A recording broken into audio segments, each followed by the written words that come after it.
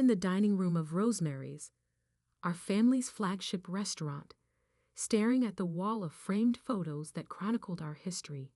25 years of memories captured in fading prints. My grandfather opening the first location in 1980. My parents taking over in 1995. And endless shots of my sister Olivia's beaming face as she won cooking competitions and earned glowing press reviews. My face appeared exactly once, age 12, half hidden behind Olivia in a staff Christmas photo. There you are, Madison. My father's voice made me turn. He stood in the doorway, his chest whites pristine despite the dinner rush that had just ended. Your mother and I need to talk to you. Join us in the office? I nodded, already knowing what this conversation would be about. At 32, Olivia was ready to take over the family business, our chain of upscale Italian restaurants now worth over $2 million. And I, at 28, was about to be officially pushed aside. The office still smelled exactly the same. Garlic and herbs from the kitchen mingled with the leather of my father's ancient desk chair. Mom sat perched on the edge of the desk, while Olivia lounged in one of the visitor chairs, scrutinizing her perfect manicure. Have a seat, honey. Mom gestured to the remaining chair. Her smile was gentle, but didn't quite reach her eyes.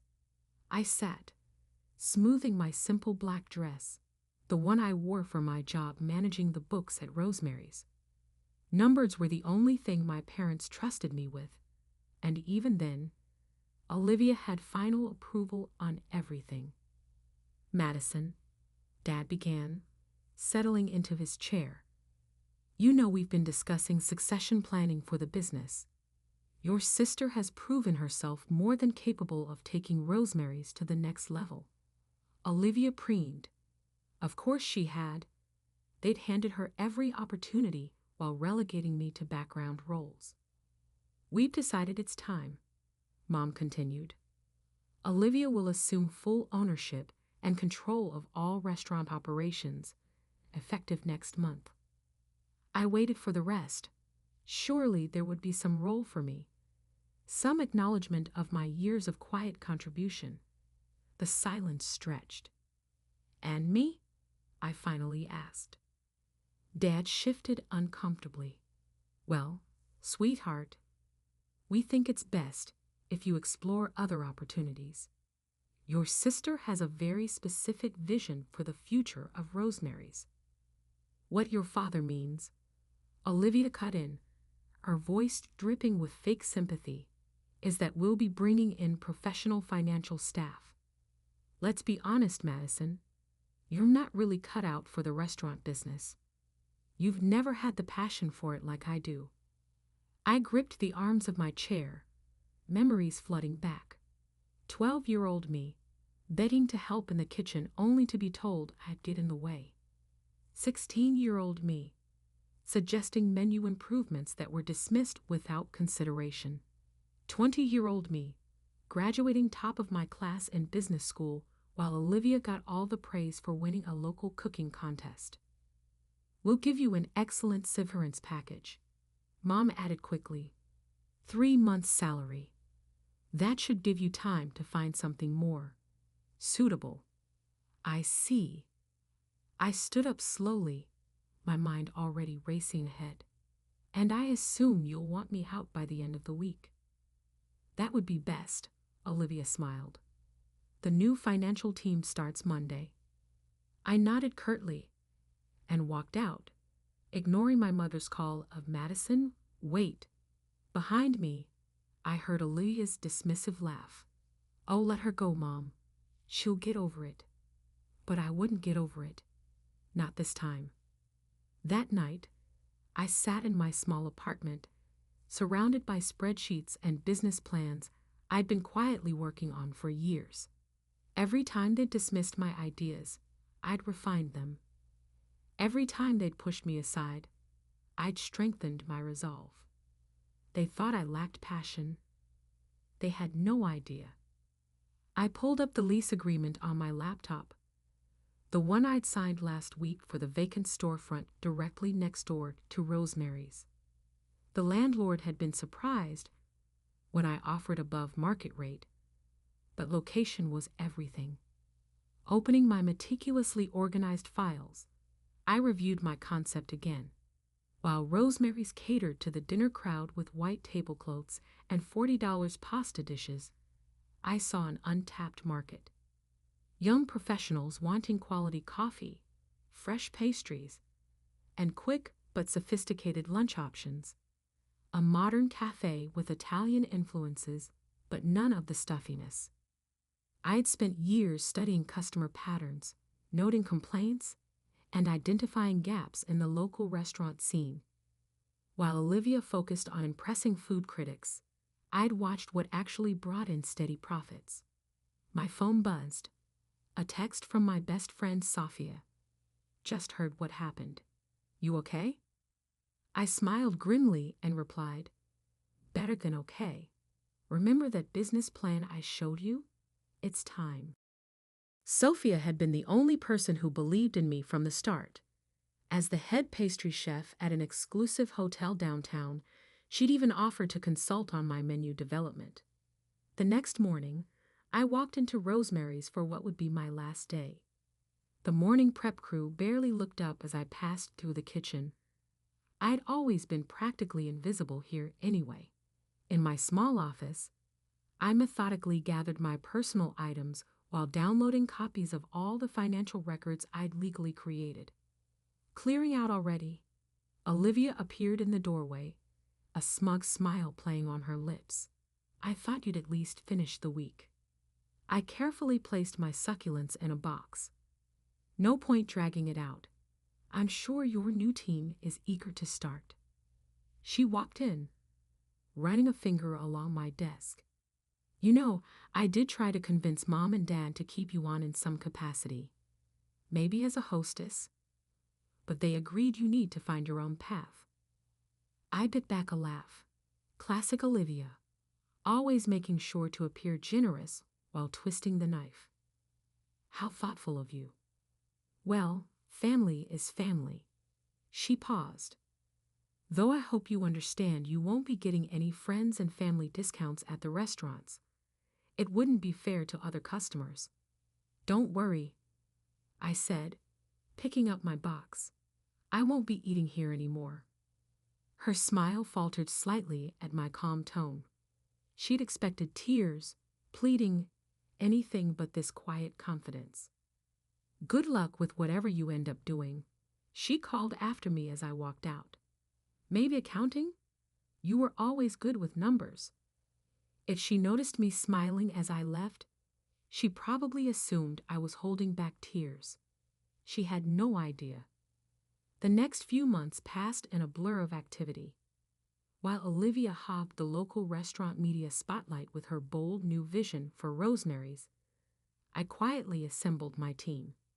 Sofia agreed to oversee our pastry program while maintaining her hotel job. Her reputation alone would draw attention. I hired Maria, a brilliant young barista who'd won several regional competitions but felt stifled by corporate coffee chains. Jack, a former line cook from Rosemary's who'd quit after Olivia took over, signed on to run our savory kitchen. He brought with him several other staff who'd grown tired of my sister's management style. The construction crew worked day and night transforming the empty storefront. Floor-to-ceiling windows would flood the space with natural light. The coffee bar, crafted from reclaimed wood and Italian marble, would be a showpiece. Every detail was carefully chosen to create an atmosphere that was both welcoming and sophisticated. I threw myself into every aspect of the business.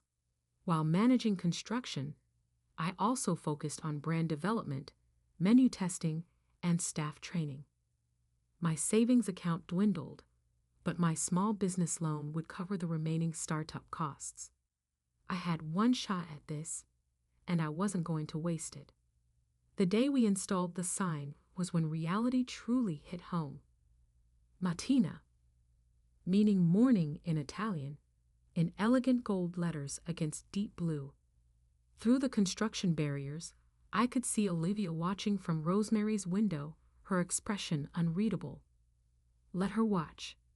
Let them all watch. 2 weeks before our planned opening, I was reviewing coffee bean orders when Jack burst into my office, his face pale. "Madison, you need to see this." He handed me his phone, open to the local restaurant news website. The headline made my blood run cold. Rosemary's ANNOUNCE NEUCAFA CEPT Bureau Hingy and Beloved Italian flavors to breakfast and lunchy. My hands shook as I read the article. Olivia was launching a cafe menu at all Rosemary's locations. Breakfast pastries, gourmet sandwiches, specialty coffee drinks, nearly identical to what we planned. And they were starting with the flagship location, next door. They must have gotten wind of our concept. Someone had talked, or they'd seen our permit applications, and now they were trying to crush us before we could even open. I looked up to find my entire team watching me anxiously. They'd all taken huge risks to join this venture. Some had quit stable jobs. They believed in my vision, and I couldn't let them down. "Call everyone in," I said, standing up. "Emergency meeting in 20 minutes. As my staff filed into our unfinished dining room, I took a deep breath. This wasn't over. In fact, it was just beginning. My family had underestimated me my entire life, but they'd never seen what I was truly capable of. Time to show them. The emergency team meeting lasted until midnight. Empty coffee cups and discarded ideas littered our makeshift conference table, a piece of plywood balanced on sawhorses. But by the time we finished, we had a plan. They think they can beat us at our own game. I stood at the head of the table, surveying my tired but determined staff. Let them try. We're not just opening a cafe. We're creating something entirely new. Over the next week, we completely revamped our concept. While Rosemary's would offer watered-down versions of standard cafe fare, we would innovate. Our pastry chef, Sophia, developed hybrid creations that combined Italian and Asian flavors: matcha tiramisu, yuzu cannoli, black sesame bomboloni. Each item was photographed for our social media campaign, generating buzz before we even opened. Maria, our head barista, designed a coffee program that went beyond typical espresso drinks. She sourced rare beans from small Italian farms and created signature drinks that told a story. The Vesuvius, a volcanic-looking layered espresso drink with chocolate ash, became our Instagram star. But our biggest innovation came from an unexpected source. Jack, our kitchen manager, had been experimenting with rapid cooking techniques that could deliver restaurant-quality meals in cafe timing. "Look at this," he demonstrated, pulling a perfectly cooked pasta dish from a specialized heating unit. 3 minutes from order to plate, and the quality matches any full-service restaurant. We installed a line of these units, allowing us to offer hot, fresh meals in record time. Perfect for business lunches when people couldn't spend an hour at Rosemary's. The morning of our opening, I arrived at 4 a.m. to find a line already forming. Our social media campaign had worked better than expected. The first 100 customers would receive limited edition Matina coffee tumblers, and people wanted them. Through our windows, I could see lights on at Rosemary's. Olivia was there, watching. They'd rushed to launch their cafe menu 2 days earlier, but the reviews had been lukewarm. Traditional pastries and basic coffee drinks couldn't compete with what we were about to unveil. At precisely 6 a.m., I unlocked our doors. The space was stunning, modern yet warm, with that reclaimed wood and marble bar as our centerpiece. The aroma of freshly baked pastries and specialty coffee filled the air. "Welcome to Matina," I greeted the first customers, a group of young professionals headed to nearby offices. Their eyes widened as they took in the display case filled with Sophia's creations. "Are those Yuzu cannoli?" One woman pressed her face against the glass. "I saw these on Instagram." By 7 a.m., we had a constant line of 30 people. By noon, we'd sold out of most pastries and had to rush additional batches. Our quick service pasta dishes were a huge hit with the lunch crowd, many of whom had walked out of Rosemary's when told about their 45-minute wait time. I was expediting orders when I saw them, my parents and Olivia, walking through our doors. They tried to look casual, but I could see them scrutinizing everything: the innovative menu, the efficient service, the full tables, the constant line. Olivia picked up a menu, her perfectly manicured fingernails gripping the recycled paper. "Fast casual Italian fusion." She sniffed. "Hardly authentic." I stepped out from behind the counter, radiating calm confidence. "Can I help you find something?" "The black sesame bomboloni are our best seller this morning." "Madison," my mother started, then faltered as she looked around the busy cafe. This wasn't the failing business they'd expected to find. My father cleared his throat. "Interesting concept you have here, though I'm not sure it fits with the neighborhood's character." I gestured to our packed dining room. "The neighborhood seems to disagree. Now, if you'll excuse me, we have customers waiting."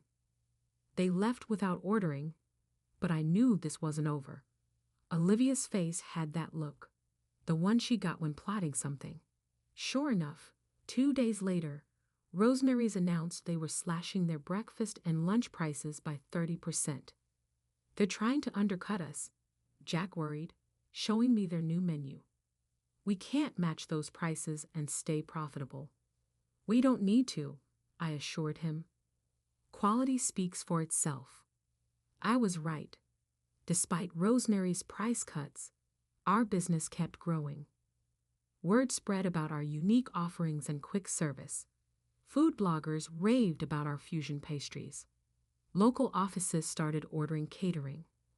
We had lines out the door every morning. Then came the call that changed everything. "Ms. Bennett."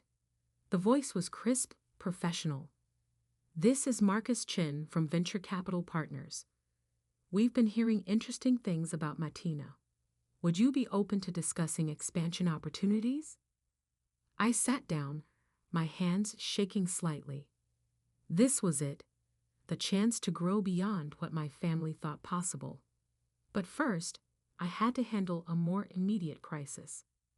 Sophia burst into my office, her chef's coat dusted with flour. "Madison, we have a problem. Someone's been trying to poach our staff, offering double salary to work at Rosemary's new cafe division." I smiled grimly. Of course Olivia would try this tactic. Call a staff meeting. Time to let everyone in on phase 2 of our plan. The next morning, I walked into the VC meeting with a detailed expansion proposal, not just for 1 or 2 new locations, but for a complete reimagining of the quick service dining industry. "Our goal isn't to compete with traditional restaurants," I explained, pointing to my projections. "We're creating a new category entirely. High-end quality with fast casual efficiency. And we can replicate this model anywhere." Marcus leaned forward, intrigued. "And your current location's numbers support this?" I handed him our first quarter financials. His eyebrows rose as he reviewed them. "Very impressive. But I have to ask, what about competition? Particularly from established local restaurants." He was diplomatic, but I knew he meant Rosemary's. "Competition drives innovation," I said confidently. "We've already proven we can succeed against established players." Now we're ready to expand that success. 2 weeks later, I signed the investment deal. $10 million in first-round funding with an aggressive expansion plan.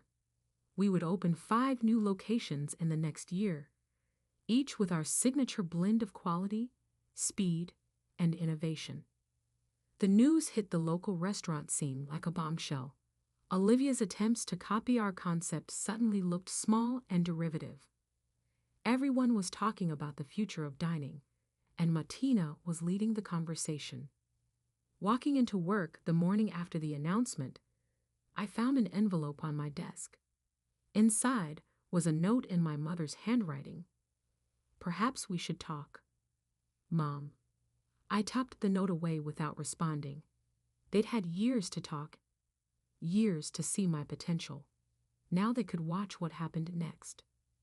The first new Martina location opened 4 months later in the heart of the financial district. The line on opening day stretched for 3 blocks.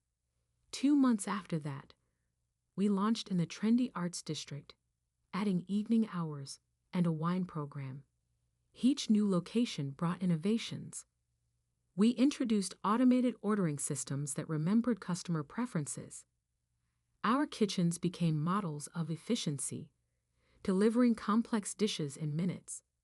The press started calling us the future of Italian dining. Rosemary's, meanwhile, struggled to keep up. Their attempts to modernize felt forced and confused their traditional customer base. I heard through industry gossip that their profits were dropping. Then came the headline that shook the local restaurant world. Rosemary closes 2 locations. Traditional restaurant chain faces modern dining challenges. Seeing that article, I felt no joy. This hadn't been about destroying my family's business. It was about building something true to my own vision, something that would make a real difference in the industry. That evening, as I was reviewing plans for our 6th location, my office phone rang. The caller ID showed Olivia Bennett. I stared at the phone for a long moment, thinking about everything that had led to this point. Then calmly, I picked up the receiver. "Madison?" Olivia's voice wavered, lacking its usual confidence. "We need to talk." I leaned back in my chair, looking out at the city lights. In the reflection of my office window, I could see the gleaming signs of 3 Martina locations. "I'm listening." "Can we meet? In person?" She paused. "Please, it's important." An hour later, I sat across from Olivia at a neutral location, an upscale bar downtown. She looked different, somehow smaller. The perfectly curated appearance remained, but stress had left its mark. "We're losing everything," she said without preamble, staring into her untouched wine. "Rosemary's is failing. 2 locations closed, and the others are barely breaking even. The banks are threatening to call our loans." I took a measured sip of my drink. "I'm aware of your situation." "Of course you are." She laughed bitterly. "You probably knew before we did. You always were better with numbers." "What do you want, Olivia?" She straightened, composing herself. "We want to propose a merger. Rosemary's and Martina. Combined resources, shared expertise." We cold. "No." The word came out sharp and final. "You haven't even heard the terms." "I don't need to." I set my glass down carefully. "Martina is valued at $50 million, Olivia. We're opening our 15th location next month, with 30 more planned for next year. We don't need Rosemary's resources or expertise. We're still family," she whispered. "Are we? When was the last time you treated me like family?" She flinched. "I know we make mistakes." "Mistakes?" I cut in. "You systematically pushed me aside for years. You took every opportunity to belittle me, to remind me." I wasn't good enough. When you forced me out, you didn't even have the decency to be honest about it. You wrapped it in fake concern and condescension. I was wrong, she said quietly. We all were. Watching what you've built. It's extraordinary, Madison. You've revolutionized the entire industry while we were clinging to outdated traditions. I studied her face, searching for the manipulation I'd grown so accustomed to seeing. But for once, my sister seemed genuine. Here's what I'll offer, I said finally. Not a merger. Matina remains independent, but I'll buy the original Rosemary's location, the one grandfather built. I'll keep the name and some signature dishes, but modernize the concept. A single high-end dinner venue to complement our fast casual empire. And the other locations? Close them. They're not viable anymore. Use the sale proceeds to pay off your debts. After that, if you're interested, we might discuss a position at Matina. Entry level. No special treatment. You'd have to earn any advancement. Her eyes widened. You'd really give me a chance? After everything? Everyone deserves a chance to prove themselves. I had to build mine from nothing. You'll at least have a foundation. 2 days later, I sat in my parents' living room, reviewing the sales contract for Rosemary's. My father kept shaking his head, staring at the purchase price. All these years, he murmured. We never saw. You saw what you wanted to see, I replied, initialing another page. You decided early on that Olivia was the successful one, the one with potential. You never bothered to look deeper. My mother dabbed at her eyes with a tissue. Can you ever forgive us? I paused, considering the question. I'm not angry anymore. Building Matina taught me something important.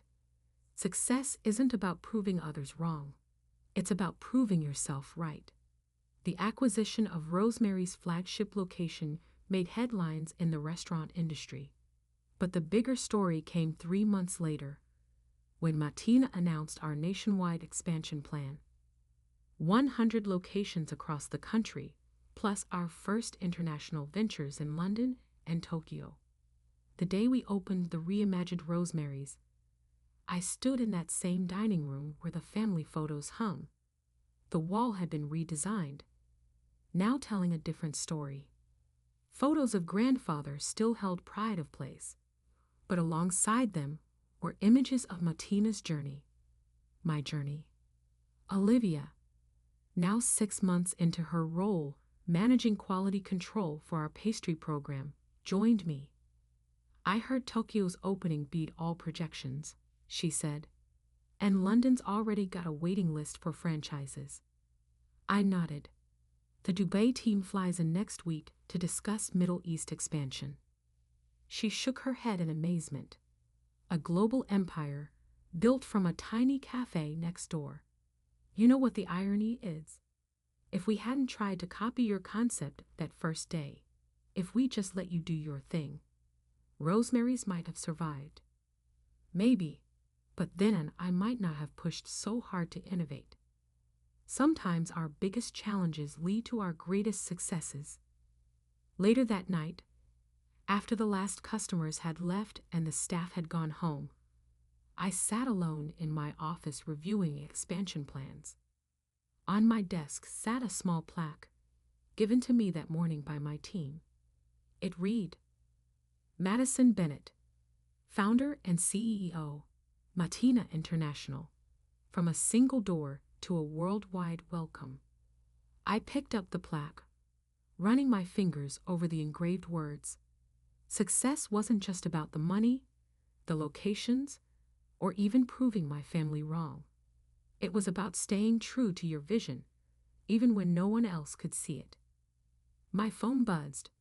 Photos from the Tokyo location's soft opening. The lines stretched for blocks, just like that first morning next door to Rosemary's. But now, the crowds weren't just waiting for coffee and pastries.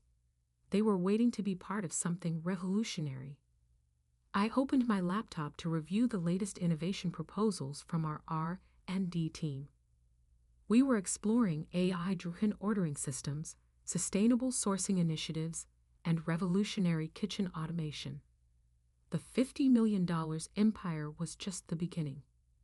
The sun was rising by the time I finally left the office.